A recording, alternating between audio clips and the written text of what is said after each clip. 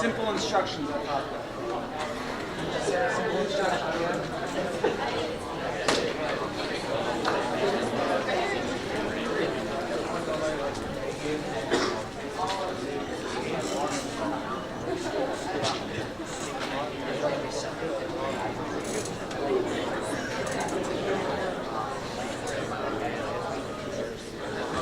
Alright, so my team, Monish's team kicked your butt. You guys, I hate to tell you. Oh yeah, no, it's embarrassing. Yep. So the correct answer says at the time of the events of the story, the narrator is, what's the correct answer? D. Okay, so let's talk about why. Hey, I will explain it to you if you'll be quiet. Funny how that works.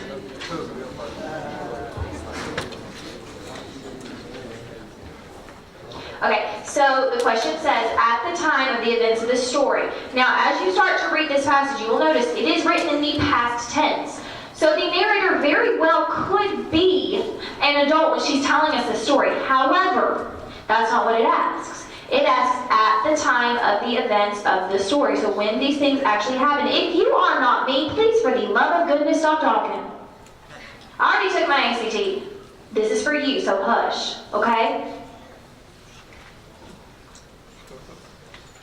So at the time of the events of the story, which two answers can we automatically eliminate?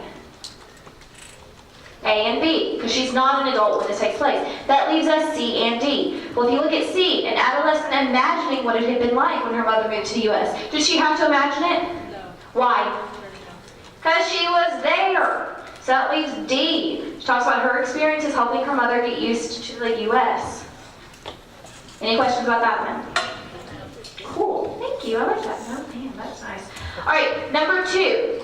It can reasonably be inferred from the passage as a whole that the narrator views her mother's bargaining skills as ones that were developed blank. Take your time, look at your answer choices. Please get your heads up off the tables. Thank you.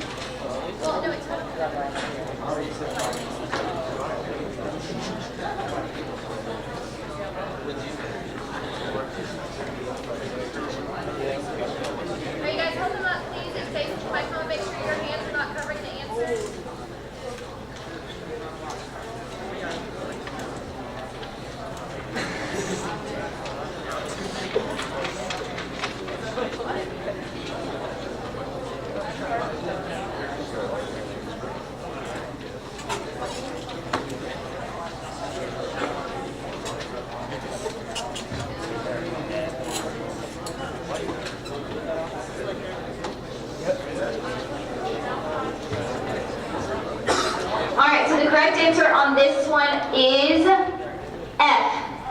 Okay? Alright, so first let's look at this question. It says it can reasonably be inferred. This question is asking you to do what? Infer, make an inference. Okay, that means off of that you can know that the answer is not going to be explicitly stated. You got to take what you know, add it all together, come to some form of a logical conclusion. Okay, you've got to make an inference. So, from the passage as a whole, the narrative views her mother's bargaining skills as ones that were developed below. So if we go back and look at the passage, in that third paragraph, it talks about when they were in Saigon. And people they knew my mother's slick bargaining skills. And she talked about how my mother knew the vendors and she would take me from stall to stall to expose me to her skills. So her bargaining skills and her negotiation were just above and beyond. They were just extraordinary. Now, when we get the descriptions of the A&P, when they just go to the regular grocery store, there's absolutely no opportunity for that. So we don't know that they're bad here, but we don't know that they're good here either because she doesn't even get to use them. So the correct answer is F. They were exceptional even in Saigon where everybody else does bargaining. She was just above and beyond. But here, she doesn't even get to use them. They have no outlet. Okay? Questions about that one? All right, number 3. If you look, this is the same type of question. It can reasonably be inferred from the passage that when shopping at the Sky Market, the narrator's mother's viewed which of the following as something disagreeable to overcome?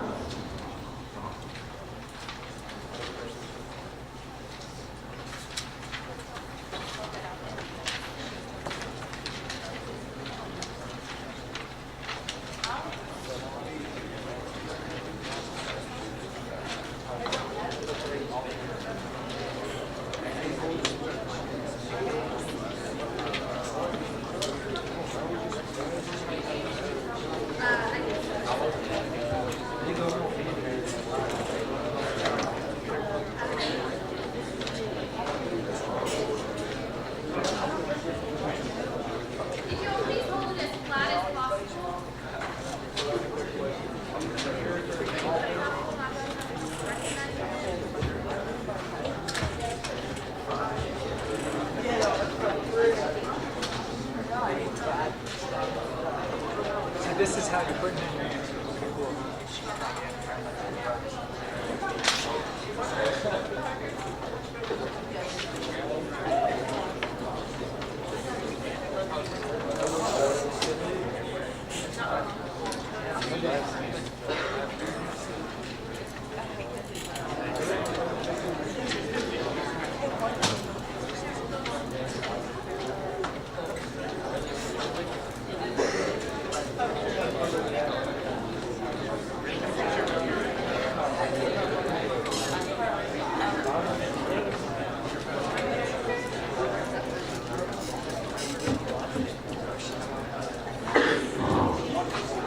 All right, so the correct answer here is B. Okay?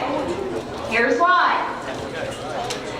When she's shopping at the Sky Market. That's that third paragraph again. If you would, flip with me to that paragraph.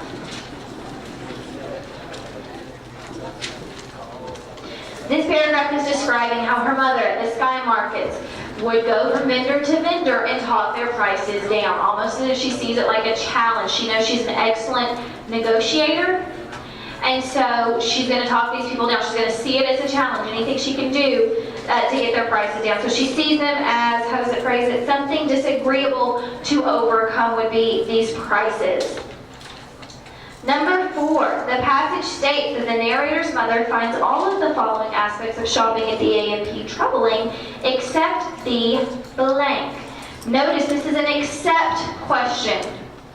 Okay, so you should find 3 right answers and 1 wrong answer. And then the wrong answer will be the right answer. Okay? Okay.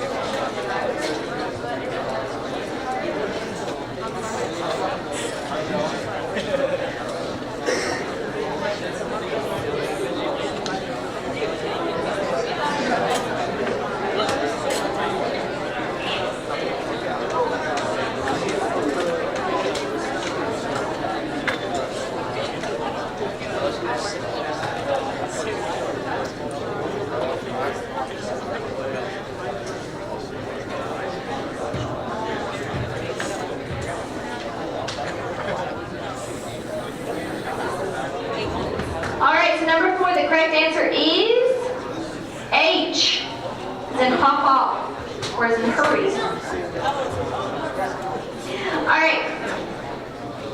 So if we go back to the first paragraph,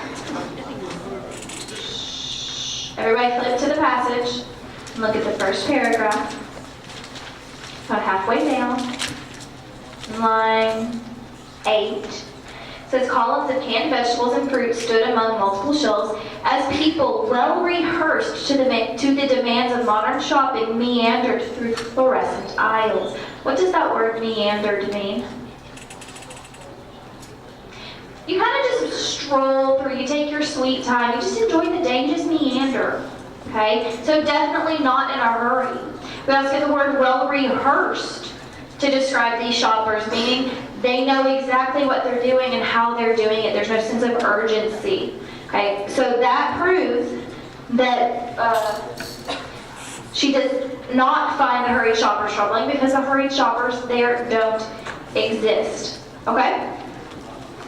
Questions about this one? Okay. And number 5.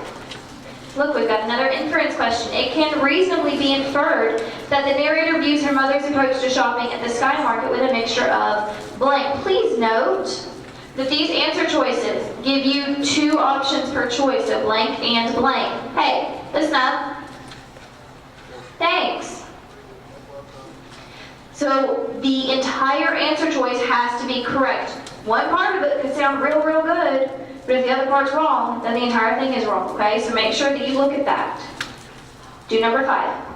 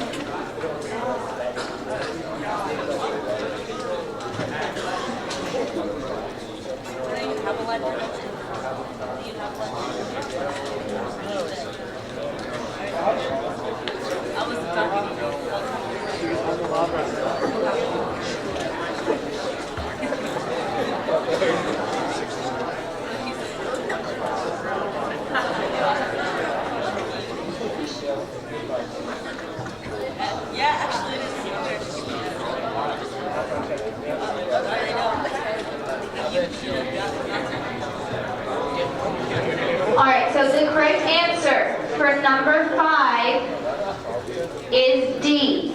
Okay, with respect to nostalgia. Okay, so if you go through and you look at the language that this writer uses to describe this experience or her memories, her tone is always very positive. It's not critical. She's looking back on this time fondly. And in fact, if anything, the criticisms come in once they're in the United States, not with their experiences at the Sky Market. So it would be D, respect to nostalgia. What does nostalgia mean? Anybody? Like kind of looking back and feeling a fondness for. You hear a lot of like people who are nostalgic for the 90s or nostalgic for the 80s, or the 70s, whatever, float your boat. Okay? So that's kind of what nostalgic is, that they look back with a lot of fondness. Kind of wish they could be back there for a minute. All right, listen very carefully to my instructions. You are going to pass forward your passages and your clickers in 2 separate piles. So wait until the person behind you passes it, then take theirs and put yours on it and pass it on forward. Do not, for any reason, leave your passage or your clicker on the table. Keep them in 2 separate piles and please pass them forward neatly. Then stay seated. Stay seated, Mr. Baldwin. Put your bottom down. I don't care. I didn't say stand up if you're stretching, but otherwise sit down, so sit down.